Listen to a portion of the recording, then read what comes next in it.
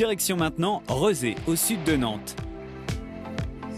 Au milieu des Maine Coon de Benjamin, Bastien, comportementaliste, nous donne quelques idées pour gâter nos chiens et nos chats pour commencer.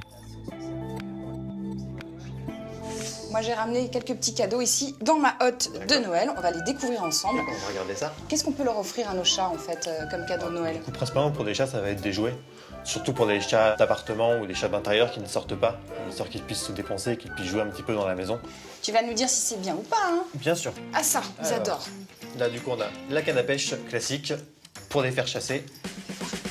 Oh, attends, toi. Démonstration. Démonstration, ça marche tout de suite. Il faut juste limiter les jeux, pas les faire jouer tout le temps H24 pour pas en faire des chats qui sont hyper actifs, toujours en recherche d'attention. Ah, parce que plus on joue avec eux, plus ils vont devenir hyperactifs. Parce qu'un chat, c'est pas joueur naturellement tout le temps. C'est joueur naturellement, mais plus on va jouer avec eux, plus on va renforcer cette activité. Et plus ça peut vraiment faire des chats qui sont toujours à bloc. Benjamin, tu joues beaucoup, toi, avec tes chats? Ah bon, on joue tout le temps, oui. Après, on a quoi? Qu'est-ce que tu fais, toi? Tu fais des bêtises? Donc là, on a un petit suite. Je suis très partagé, je pense que... Benjamin aussi. Benjamin aussi, je suppose. Moi, je suis pas très pour. Voilà. Les chats, c'est plus pour les chiens, ça. C'est ça. Pour faire une photo rigolote, pourquoi pas. On peut avoir tendance à penser que les chats sphinx qui n'ont pas de poils peuvent avoir besoin de ça et parce qu'ils ont froid, etc. C'est faux. Si on met des vêtements à un chat sphinx, on va juste le rendre plus frileux et le rendre plus fragile. Ah, Il n'en a pas besoin. On a la fameuse balle avec des croquettes dedans. Dans le principe, c'est simplement que le chat va jouer avec ses pattes et qu'à force, ça va semer des croquettes par terre. Ces balles-là sont intéressantes dans deux cas de figure. Soit quand on a un chat qui est un peu en surpoids, qui est un peu tendance à beaucoup trop manger, ça permet de réduire un peu leur prise alimentaire. D'accord. C'est aussi intéressant pour des chats qui sortent pas, qui n'ont pas d'activité physique. Et toi, Benjamin, tu utilises un petit peu ces jeux pour tes chats? Ah, nous, les chats ont tous les jouets parce que du coup, c'est vrai sont qu'ils se gâtés. lassent aussi un petit peu. Ils ont tout, des balles, des cannes. Puis après, ils se servent aussi dans la maison. Un bouchon, une petite boule d'aluminium, un mouchoir. Ils jouent avec tout ce qu'ils trouvent aussi.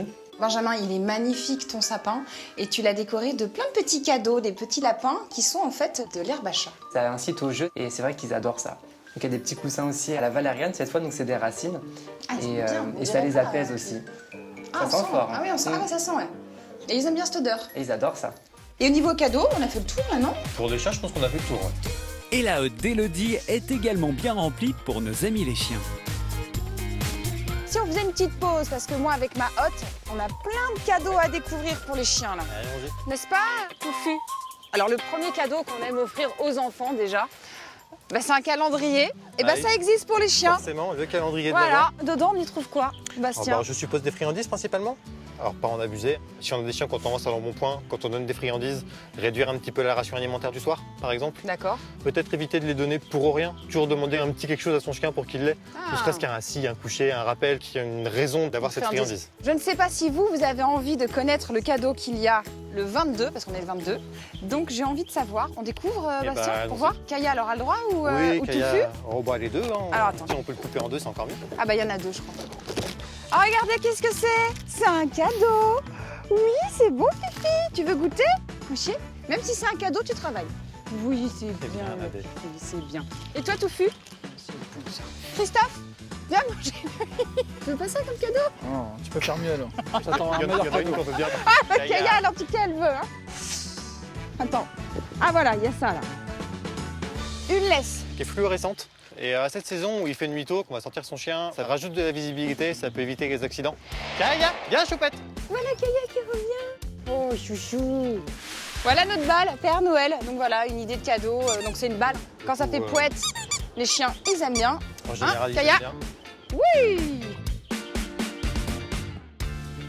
Éviter tout ce qui va être des jeux de tir à la corde, qui sont pas très bons d'un point de vue. C'est-à-dire tirer à la corde. Alors, typiquement les on cordes joue où avec, on va tirer d'un côté, le chien va tirer de l'autre. Comme un boudin, par exemple. Par exemple. Le principal problème de ça, c'est qu'en fait, ça renforce la tenue du mordant, d'une part, D'accord. et ça renforce la compétition entre le chien et l'humain, qui après peut créer des problématiques agressives, entre autres. D'accord. Le jeu de tir, pas terrible. Maintenant, jeu de lancer de balle, il n'y a pas de souci. Merci beaucoup pour tous ces bons Eh ben, conseils. Avec plaisir. À bientôt. Merci, à bientôt.